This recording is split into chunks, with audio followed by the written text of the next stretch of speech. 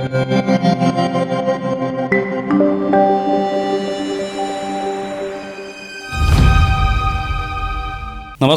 News डंकामध्ये मी महेश विचारे आपल्या सगळ्यांचं मनपूर्वक स्वागत करतो. मित्रांनो, न्यूज डंका हे यूट्यूब चॅनल जर आपण सबस्क्राईब केलं नसेल तर सर्वप्रथम आपण ते सबस्क्राईब करा. त्यामुळे आमचे वेगवेगळे विषय आपल्यापर्यंत पोहोचू शकतील. अमेरिकेचे राष्ट्राध्यक्ष डोनाल्ड ट्रम्प हे आपल्या विक्षिप्त आणि चित्रविचित्र स्वभावाबद्दल प्रसिद्ध आहेत. ते कधी काय बोलतील, कधी काय करतील हे सांगता येत नाही. आता इराणशी झालेल्या युद्धानंतर ट्रम्प हे रोज नवनवे दावे करत आहेत. त्यामुळे ते कधी खरं बोलतात, कधी खोटं बोलतात, की त्यांचं सगळंच बोलणं खोटं असतं हे कळायला मार्ग नाही. त्यामुळे अशा त्यांच्या या विक्षिप्त स्वभावामुळे भारत त्यांच्या बोलण्यानुसार कोणती भूमिका घेत नाही. भारत आपल्या तटस्थ भूमिकेवर ठाम आहे. मात्र भारताच्या या भूमिकेवर विरोधकांना मिरच्या झुमतात. ट्रम्प काही बोलले की मोदी कुठे आहेत, ते का बोलत नाहीत, त्यांनी रोखठोक उत्तर द्यावं वगैरे अपेक्षा केल्या जातात. त्यावरून विरोधक राजकारण करण्याचा प्रयत्न करत असतात. पण भारताचं परराष्ट्र धोरण ठरलेलं आहे. त्यानुसार भारत कुणाबद्दलही थेट आपली मतं ठोकून मोकळा होत नाही. त्याचे परिणाम काय होतील, देशाच्या हिताला त्यामुळे बाधा पोचेल का, याचा विचार करूनच मतप्रदर्शन केलं जातं. संयम बाळगला जातो. विरोधक म्हणतात म्हणून लगेच बाह्या वर करून अंगावर धावून जाण्याचं भारताचं धोरण नाही. आता ट्रम्प यांनी आपल्या सोशल ट्रूथ या अकाउंटवर मायकल सेवेज नावाच्या एका व्यक्तीची पोस्ट शेअर केली, ज्यात भारत आणि चीन तसंच इतर काही देशांना नरकाची उपमा देण्यात आली. ट्रम्प यांनी ही पोस्ट का शेअर केली हे विचारण्याची सोय नाही, कारण ट्रम्प केव्हा काय करतील याचा नेम नाही. पण त्यावर भारतानं स्पष्ट प्रतिक्रिया देत ही पोस्ट योग्य नाही, अनावश्यक आहे अशी टिप्पणी केली आणि या पोस्टबद्दल एका अर्थाने ट्रम्प यांचं नाव न घेता नाराजी व्यक्त केली. त्यावर नंतर अमेरिकेकडून सारवासारव करण्यात आली. अमेरिकेत सध्या सारवासारव नावाचं वेगळं खातं नक्कीच उघडण्यात आलेलं आहे. कारण ट्रम्प कधी काय बोलतील, त्याचे काय अर्थ निघतील, कुणाशी कसे संबंध बिघडतील याची कोणती खात्री नसल्यामुळे त्यांनी केलेल्या विधानांची सारवासारव करण्यासाठी वेगळं खातं निर्माण केलं गेलं असेल. आता ट्रम्प यांनी हे विधान केल्यावर त्याला भारताने आपल्या मुत्सद्देगिरीनुसार उत्तर दिलं. पण त्यावर मुंबईतील इराणच्या दूतावासानं ट्रम्प यांना चपराक हाणली. त्यांनी या जाहिरातीप्रमाणे एक बार तो आओ भारत में अशी साद अमेरिकेला घातली. भारत नरक आहे म्हणणाऱ्या अमेरिकेला भारतात कशी प्रगती झाली आहे याचा इराणच्या दूतावासाने दाखला दिला.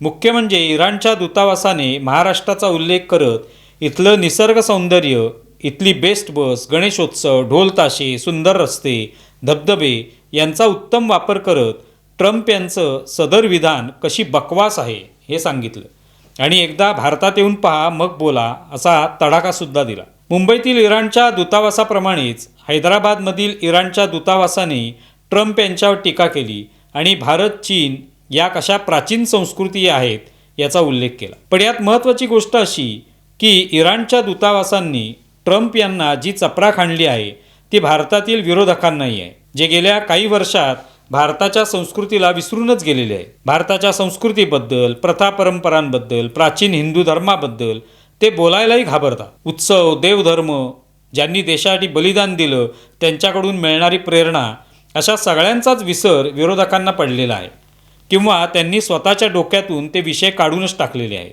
किंबहुना भारतातील काँग्रेससारखा विरोधी पक्ष जो कधी या देशावर स्वातंत्र्यानंतर 50-60 वर्ष राज्य करत होता, तो हिंदू संस्कृतीवर विषारी विधानं करू लागला. काँग्रेससोबत असलेले DMK, समाजवादी पार्टी हे पक्षही हिंदू धर्मावर घाणेरड्या भाषेत व्यक्त झाले आहेत. अनेक पक्षांनी तर हिंदुत्वच सोडून दिलेलं आहे. हिंदू धर्माबद्दल चांगलं बोलणं म्हणजे भाजपाचं कौतुक करण्यासारखं आहे असा मूर्खासारखा युक्तिवाद त्यांनी करायला सुरुवात केली. कुंभमेळा, राम मंदिर यावरून तर जवळपास सगळेच विरोधी पक्ष प्रचंड निराश आणि हताश झालेले आपण पाहिलेले आहेत. भारताच्या प्राचीन संस्कृतीबद्दल इराण बोलतोय, पण इथल्या विरोधकांना ते बोलण्याची सोय राहिलेली नाही. इराण भारतातला विकास दाखवतोय. विशेष म्हणजे मुंबईतील कोस्टल रोडचं सौंदर्य त्यांनी आपल्या व्हिडिओतून दाखवले, पण त्याविषयी विरोधक अनेक वर्ष मूग गिळून गप्प आहेत. त्या अर्थाने या विरोधकांना इराणनेच मारलेली चपराक आहे. खरं तर ट्रम्प यांनी भारताने पाकिस्तान विरोधात केलेल्या ऑपरेशन सिंदूरच्या वेळेला विनाकारण नाक खुपसण्याचा प्रयत्न केला. आपणच हे युद्ध थांबवलं असं ट्रम्प यांचं म्हणणं होतं. प्रत्यक्षात आपण त्याचा इन्कार केला. या युद्धात किती विमानं पडली याचा सातत्याने वेगवेगळे आकडे देत ट्रम्प सांगत राहिले. पण त्याबद्दलही भारताने कोणती प्रतिक्रिया दिली नाही.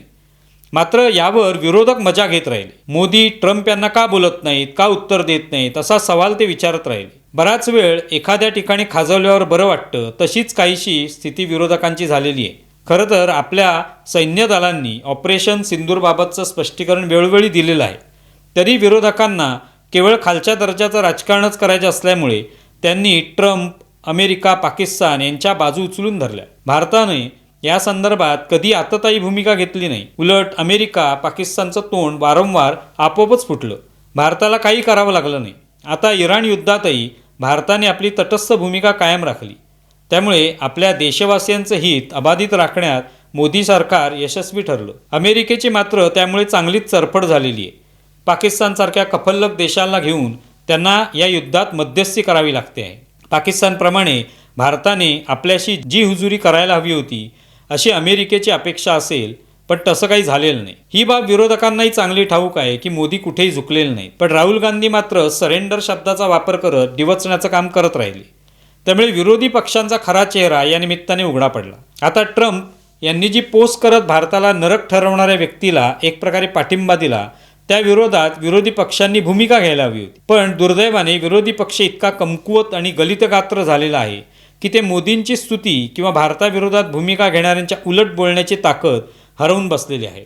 कारण याचा फायदा मोदींना होईल आणि आपले हात पुन्हा रिकामेच राहतील याची त्यांना भीती सतावत असते. खऱ्या अर्थाने पाहायचं आलं तर 2014ला मोदी सत्तेत आल्यापासून विरोधी पक्षांसाठी भारत हा नरकासमानच झालेला आहे. ते कधी भारताची प्रगती, भारताची प्रशंसा, भारताचा गौरव याविषयी एक चकार शब्दही काढू शकत नाही. भारताची सगळीकडे कशी छितू होते आहे, भारत कसा सगळ्या क्षेत्रात मागे आहे हे सांगण्यात विरोधक अग्रेसर असतात. राहुल गांधी तर वारंवार परदेशात जाऊन भारत कसा मागास आहे, भारताचे कसे वाटोळे झालेले आहे हे सांगण्यात वेगळा आनंद मानतात. एकीकडे वेगवेगळ्या स्तरावर भारताच्या प्रगतीचे आकडे दिसत आहेत. जागतिक अर्थव्यवस्थेत भारत 4थ्या स्थानी आहे. हे काय भाजपाने पसरवलेलं वृत्त नाही, पण त्याबद्दलही विरोधकांना एक कौतुकाचा शब्द काढता येत नाही. त्या बाबतीत काँग्रेसचे नेते शशी थरूर अनेक वेळा भारताच्या धोरणांचं कौतुक करतात, पण त्यांचे राष्ट्रीय अध्यक्ष खरगे हे मोदींनाच दहशतवादी ठरवतात. 2014 पासून देशातील विविध राज्यात विरोधी पक्षांची पार दुर्दशा झाली आहे. हे वास्तव आहे. याचं कारण केवळ घराणेशाहीवर पोचलेले पक्ष सर्वसामान्य जनतेला काही देऊ शकत नाहीत हे आता स्पष्ट झाले. त्यामुळे त्यांना निवडून देऊन आपल्या पायावर धोंडा मारून घेण्यास लोक तयार नाहीत. मोदी सर्वांनाच प्रिय आहेत असं नाही, पण त्यांच्याशिवाय पर्याय तरी कोणता आहे हेही लोकांनी ओळखले. किंबहुना अन्य पर्याय हे आपल्याच नाशाला कारणीभूत ठरतील असा लोकांचा ठाम विश्वास आहे. मोदींची लोकप्रियता वाढू लागल्यानंतर, देशाचा विकासाचा स्तर उंचावू लागल्यानंतर, अर्थकारणात भारताचं स्थान उजवं ठरू लागल्यानंतर विरोधकांचा धीर खचू लागलेला आहे. देश विकला गेला आहे अशी वाक्य उच्चारताना त्यांना काही वाटेनासं झालेलं आहे. एकूणच भारत हा या विरोधकांसाठी राजकीय नरकच बनलेला आहे. इथे ते नरक यातना भोगत आहे. विविध राज्यात काँग्रेस या मुख्य विरोधी पक्षाचीच धुळधाण उडालेली आहे. जिथे कधी त्यांची सत्ता होती तिथे शून्यापासून त्यांना आता सुरुवात करावी लागणार आहे. बाकी प्रादेशिक विरोधी पक्ष तर हेटाळणी, डिवचणं याच्या पलीकडे राजकारण नेऊ शकलेलं नाही. त्यामुळेच असेल कदाचित की विरोधक हे ट्रम्प यांच्या विधानांवर चकार शब्दही काढत नाही.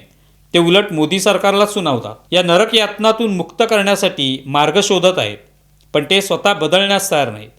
आम्हाला या नरक यातनातून बाहेर काढा अशी अर्थहाक हे विरोधक देत आहेत. ट्रम्पही आता त्याच नरक यातना भोगत आहेत. विरोधकांना म्हणूनच ते आपलेसे वाटत असावे. तुम्हाला व्हिडिओ कसा वाटलाय जरूर कळवा. आमचा व्हिडिओ जास्तीत जास्त लाईक करा, शेअर करा आणि आमचं यूट्यूब चॅनल सबस्क्राईब करा. धन्यवाद.